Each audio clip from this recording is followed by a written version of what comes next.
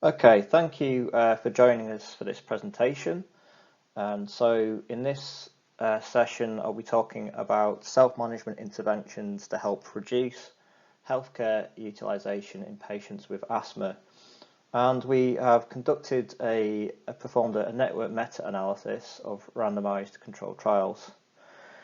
So co-authors who are involved in this project, Hilary Pinnock, who heads the PRISMS group at the University of Edinburgh, and we also had members who are part of the Recursive group at Manchester. So asthma is a long-term global issue which leads to considerable morbidity and healthcare utilisation. So both of these compounded have big financial consequences to the healthcare systems, and this is globally, not just in the UK. However, in the UK, unplanned hospital admissions because of asthma are costing the NHS roughly around about £900 million annually, and so this is around about 6% of the total cost. So there's no effective cure for asthma. It's a very long-term condition. Unfortunately, patients who have asthma are stuck with it for the rest of their lives. And a lot of the focus, therefore, has shifted towards looking at methods to try to reduce the cost to the healthcare system by reducing hospital admissions. And for this, we're focusing more on asthma self-management. So some of the guidelines now have been updated over the past half decade, for the last 5 years. So the GINA guidelines, Global Initiative for Asthma, and the BTS, British Thoracic Society, both recommend and provide some level of information about supported self-management. However, they're still very sparse and there's still very limited information for policymakers and recommendations in these guidelines. And this is really reflected in a recent UK national review in 2018, where they looked at asthma deaths and found that only 23% of the deaths had the patients have been provided with adequate self-management training. So this is quite a real concern. So we've done some previous work in this area in the past, mainly Hilary, who was involved in the PRISMS meta review here. So this had 27 systematic reviews. And their mainstay conclusion was that they found that supported self-management does reduce unscheduled healthcare utilisation and improves asthma control. However, there was still considerable gaps in the evidence from this review, and we still had unanswered questions, and what we really wanted to know was which models were most effective based on levels of support, regular review, but also is there any difference between using things like action planning, telehealth apps, and more regular review, face-to-face consultation, etc. So this required a more robust meta-analysis technique.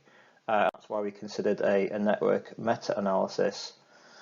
So when we refer to self-management models, these are the models of which we proposed amongst our core research group. We also had a PPI engagement meeting where there were patients involved who were sufferers of asthma, and they all came to the conclusion of consultation agreement, that these were suitable interventions to look at in our network analysis. So we had written action planning, which was case management.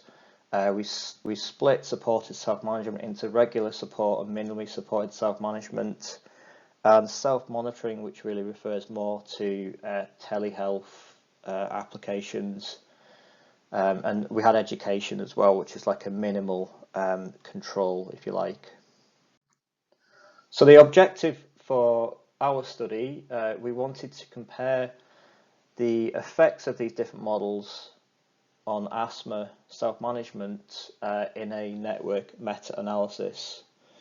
So secondly, of interest, we wanted to also look to see whether or not any covariates could moderate, so study level, participant level, or even interventional level moderators might affect the performance of these interventions. And we did this through a network meta-regression. So both of these objectives would enable us to better inform policy making decisions and would drive implementation of the most effective intervention in the community. So we included any patients over the age of 5 years. So it's been well documented in the past that children under the age of 5 are not effective. These interventions are not effective for educating children under these ages because they just can't self-manage at that age. Primary outcomes, we looked at healthcare utilisation, which included hospitalisation because of asthma, attack or exacerbation, or A&E visits. Quality of life as well was another primary outcome, because it's important to see that we're maintaining the interventions and maintaining a high quality of life for the patient that has this long-term condition. Both outcomes were analysed on a continuous outcome using SMD, standardised mean difference, and we performed the analysis in a Bayesian network meta-analysis in WinBugs. For people that are interested in the statistical modelling, so we actually used a non-informative prior for the model, and we used a normal likelihood as well. And all of the network analyses were assessed using the grade assessment tool, or I think it's now been updated to Cinema, which is essentially the same 5 criteria which we looked at using. And one of those criteria is the inconsistency analyses, which is with any network meta-analysis, this is really important. And for this we use node splitting. So the reason why we do inconsistency analysis is to assess how effective and how reliable indirect evidence is whilst contributing to our network analysis. Okay, so this is a very basic example. So if we wanted to compare intervention A with C, we don't have any direct evidence available, so we have to look at calculating an effect estimate going through the other interventions. So in this instance, we would calculate the effect estimate for the indirect comparison by finding the difference between the mean effect of A compared with B minus B compared with C. And there's a more complicated formula for the standard deviation, which I'm not going to go through. So this is an example of some more complex network structures. Obviously, I showed you a very basic one on the previous slide, so that you sometimes might see star-shaped networks. Now, these are not that useful because we don't have any closed loops, and we end up really using the placebo as the baseline comparator. So everything in terms of indirect evidence has to go through the placebo. However, for things like the connected network, which is quite similar to our structure, which I'll show you in the next couple of slides, these are really useful because it enables us to include a combination of both direct evidence and indirect evidence, and the calculating effect estimates between interventions sometimes is shown to be more optimal in this kind of design. So we had an information specialist who helped design the searches, and we identified 105 randomized controlled trials, which comprised just under 28,000 patients. So this was a really big body of evidence, and most of the interventions were delivered by community workers or nurses, which is quite common for self-management in asthma, and also by face-to-face consultation, which again was quite popular. And we had a long-term follow-up of data up to 5 years, and a median length of the trials was 8 months. So this is the network structure for our primary outcome healthcare utilisation. And as I mentioned before, we have here, so the numbers in red, these represent the direct evidence. So if we were to conduct a standard pairwise meta-analysis, this is how many trials would contribute to that analysis. So what we're interested in the network is how do we include indirect evidence, and what does that really mean? So this is an example in this network. So if we wanted to compare regular supported self-management with self-monitoring, the red dotted line here, we could look at estimating it through the usual care. We could also go through the education intervention, or we could go through every intervention in the network. And I think there's a few other possible routes that you could consider in terms of the closed loops. Now, the advantage of doing a network is that we can obviously combine all of these possible routes in a Bayesian framework, and this enables us to find more closer and better approximated effect estimates when comparing treatment interventions. And so the network also allows you to rank treatments by most effective as well, which is a really advantageous thing to do. So this is what we end up with. We end up with this league table of all comparisons. And so the way we read this is, if we wanted to compare case management with usual care, we go down the vertical, across horizontal, and you can see we end up with -18 with a statistically significant confidence interval. So this area in the yellow, this represents the healthcare utilisation. So we're interested here in a reduction, a statistical significant reduction for reducing hospital admissions. So I've also highlighted regular supported self-management because this was the most statistically significant. As you can see, the magnitude of change in reduction is the highest.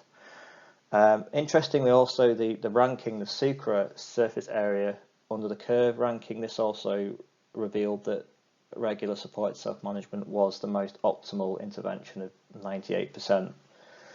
And if people are wondering also, the symbols at the right hand side of the confidence interval brackets, these represent the grade assessment. So we always downgraded the grade assessment because of concerns of publication bias, which is quite common to do anyway. So this is the quality of life, quite similar results again. Both case management, regular support were dominating in terms of performance. So this time we're looking at an increased effect in the quality of life. So the next step, we wanted to see whether or not there was any moderators. So we looked actually at a set of 9 covariates in the actual paper. However, these are the most interesting ones, which revealed the most interesting results. And as you can see, the way in which we're measuring the amount of heterogeneity here is that we're comparing the posterior distribution of the estimated between study variance tau squared with the predictive distribution. And so what we're looking for is we come up with this relative percentage change in the variance. So here you can see that asthma severity at baseline revealed a 32% change in the variance, which was the highest out of all of the covariates. So severity at baseline was measured by those that had severe symptoms of asthma and also those that were non-severe, so mild to moderate. So we performed a covariate adjusted network meta-analysis, and this is what the structure of the network looks like. So simply you can see now that all of the original 6 interventions, they now have this adjusted moderator for severe trials and those that are non-severe. So the results for this model, these are for all of the interventions compared to usual care. And we can see that case management for severe patients and regular support self-management for severe patients were both equally statistically significant, -0.32, but also regular supported self-management for non-severe was also significant. And this actually wasn't the case for case management in non-severe patients, which was quite an interesting finding to see that actually. So in conclusion, we've conducted, this is the largest evidence base to date, and it's the first network meta-analysis to assess all different self-management intervention models for asthma to date and across all different age groups. And what we found was that the most optimal model for self-management was regular supported self-management, and this was applicable across all age groups with asthma. So one of our key messages in the paper that we published in the BMJ was that the future policy considerations really should be focusing more on implementing regular supported self-management, which really looks at opportunities to focus more on offering regular reviews and up to at least 2 hours of support of self-management skills. Furthermore, we also found by adjusting for severity of asthma patients with more severe asthma symptoms that there was no difference between both regular support self-management and case management. However, it's really important to specify that using multidisciplinary case management in those that have more complex diseases, so perhaps patients that have overlap with COPD or other types of long-term conditions, these interventions are more applicable to those types of patients, and it's quite easy in understanding to see why that's the case. So future opportunities, we certainly think there's a lot of opportunities to focus on how to better facilitate the delivery of regular support, which would obviously help resource the interventions more effectively, improve their reach, but also reduce inequalities. So one consideration perhaps is patients currently that have not been able to go to GPs because of this pandemic, the COVID pandemic that's been going on.